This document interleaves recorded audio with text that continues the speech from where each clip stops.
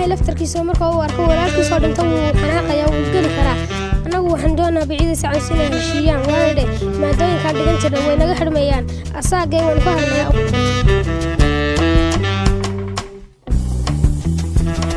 aadu horto miciisu waxbarashadii ma dhigano dugsiyadu way naga xiran yihiin habarwadaagaha iskuma tagno dadkii saaxiibada iskuma tagno isuma gudbino badan baanu kala nahay dowladda waxaan ku codsanaa halkay nabad laga dhalin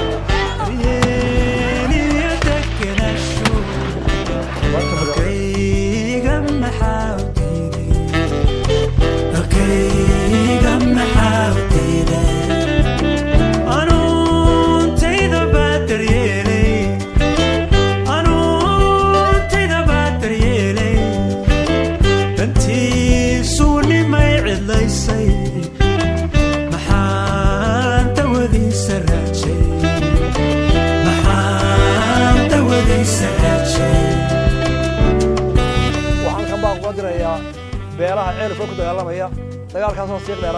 dheeraaday oo saakana meelo badan ka bilaabmay waxaan ugu baaqayaa dadka walaalaha Israa'iiliga inay dagaalka joojiyaan